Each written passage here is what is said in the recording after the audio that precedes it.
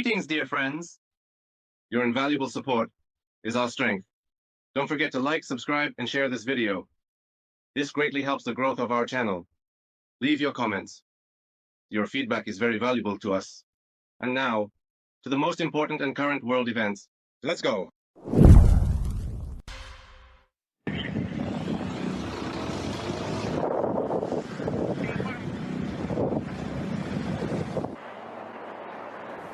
Spring fires are raging in the central and northern regions of Mexico. Fire outbreaks have been recorded in the territory of El Teposteco National Park. About 39,000 hectares are currently engulfed in flames. Aviation has been involved in firefighting efforts, and volunteers are also helping. High temperatures are hindering rescuers from bringing the situation under control. According to authorities, the fires were caused by drought. There was almost no rain in Mexico during the winter, and February became the hottest month in the last 70 years. On RBC, the main news, in the studio with Nikita Gimiza. About 10 drones were detected and destroyed in one of the districts of the Voronezh region. This was reported by Governor Alexander Gusev. Preliminarily, there were no casualties or damage. Emergency services are working at the site of the debris fall. In addition, the threat of a drone attack was announced in the Tula and Lipetsk regions. State Duma deputies have prepared a bill that prohibits bank commissions for government-supported mortgage loans. According to the document, it cannot be charged either from the bank's client or the developer. This will ensure transparency of conditions, eliminate hidden surcharges, and create equal conditions for all participants, the deputies clarify in the explanatory note. Currently, the size of such commissions can reach 16% of the loan amount. This significantly increases the final cost of housing and creates additional financial barriers for citizens. The authors of the initiative believe. The day before, Vladimir Putin drew attention to the problem during a meeting of the State Council Presidium dedicated to infrastructure development issues. He instructed the government and the Bank of Russia to address the problem and put things in order. He noted that more than 2,000 construction projects are being implemented with a delay in completion of at least 6 months. The launch of new projects in 2025 has fallen by 23% year-on-year. Developers' debts are increasing. This could lead to bankruptcy and a reduction in employment. The reason is excessively expensive loans, stated the president. And according to the rating agency Expert Dare, the issuance of mortgage loans in Russia could decrease by a third due to the high interest rate and for the small amount of state support. This year, compared to last year's figures, moreover, the share of mortgage payments made ahead of schedule may drop to 2%, analysts note. Against this backdrop, the number of problematic loans will increase. The agency explained that bank clients are placing their money in high interest deposits instead of early repayment. I remind you, at the end of the year, they reached almost 22.5%. At that time, the debt of Russians on ruble loans amounted to just over 20 trillion rubles. The portfolio of such loans will increase by a modest 5% this year, according to Expert RA. The US will offer its trading partners a reduction in tariffs in exchange for measures to isolate China. This is reported by the Wall Street Journal. According to the publication's sources, American representatives are negotiating with more than 70 countries, aiming to achieve a ban on the supply of Chinese goods through the territory of third countries, and to convince them not to host companies from the PRC, which could thus avoid the high American tariffs imposed by Trump. The exact requirements can vary significantly depending on each specific country and the degree of its involvement in the Chinese economy. These measures are intended to undermine, quote, the already shaky Chinese economy, and also to force Beijing to come to the negotiating table. With the USA, the publication reports. Donald Trump himself believes that in the trade dispute with China, the ball is in Beijing's court. This was stated by White House Press Secretary Caroline Lieber.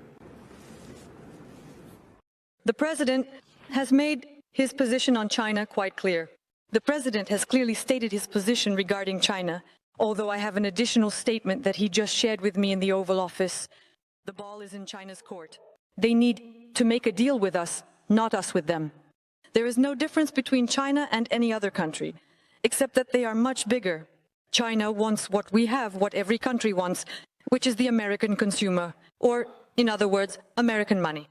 Therefore, the president has made it clear that he is open to a deal with Beijing, and China needs to make an agreement with the USA. Trump's new tariffs on foreign products could cost American semiconductor manufacturers more than $1 billion a year, reports Reuters. The largest equipment manufacturers, such as Applied Materials, Lam Research, and KLA, could each incur losses of about $350 million a year.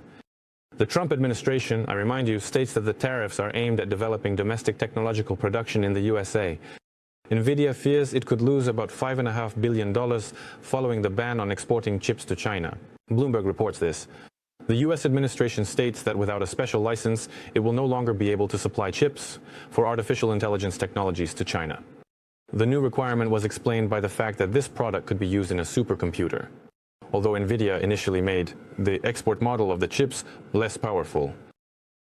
Hong Kong Post is suspending parcel shipments to the U.S. amid the U.S. trade war.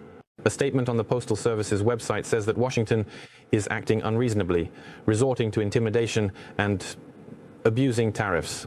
The acceptance of shipments for land and sea delivery is halted from the 16th and by air from the 27th of April. However, documents will continue to be sent.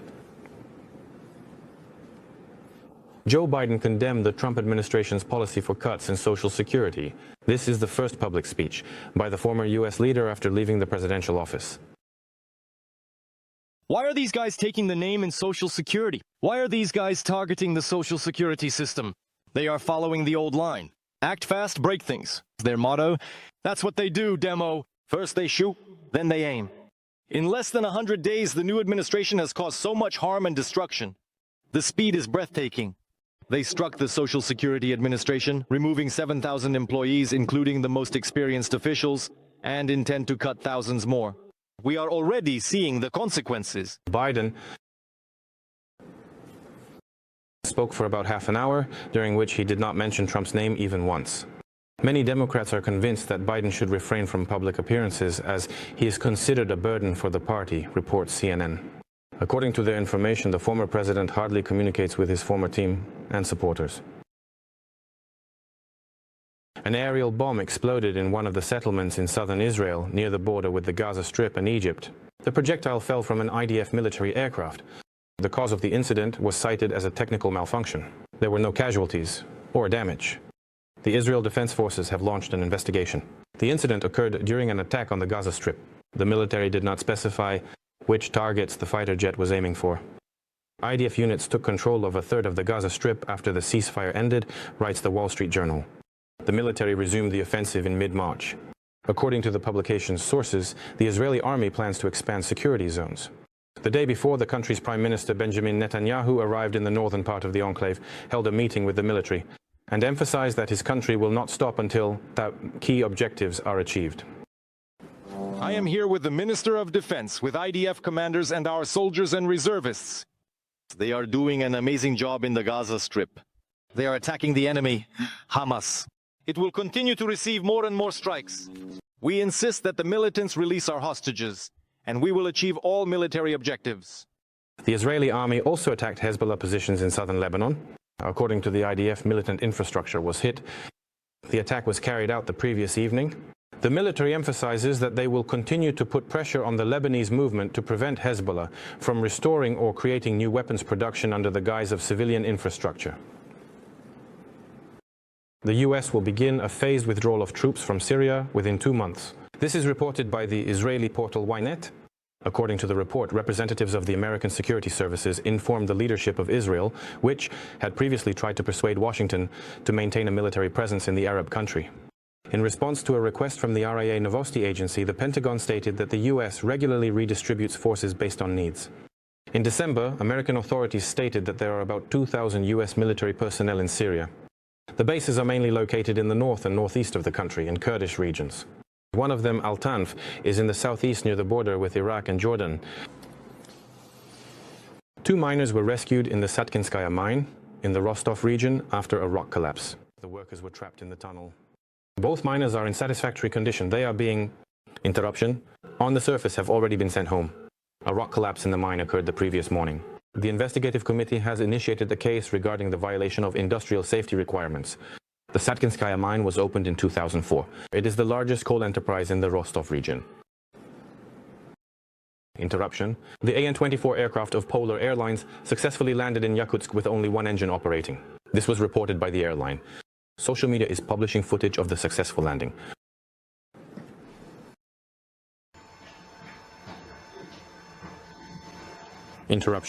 It is known that the plane took off from the village of Zyryanka, and as it began to approach the landing site, An oil pressure drop sensor was triggered in one of the engines. The prosecutor's office has organized an investigation into the compliance with flight safety legislation. We will continue to monitor the events. Stay tuned to RBC.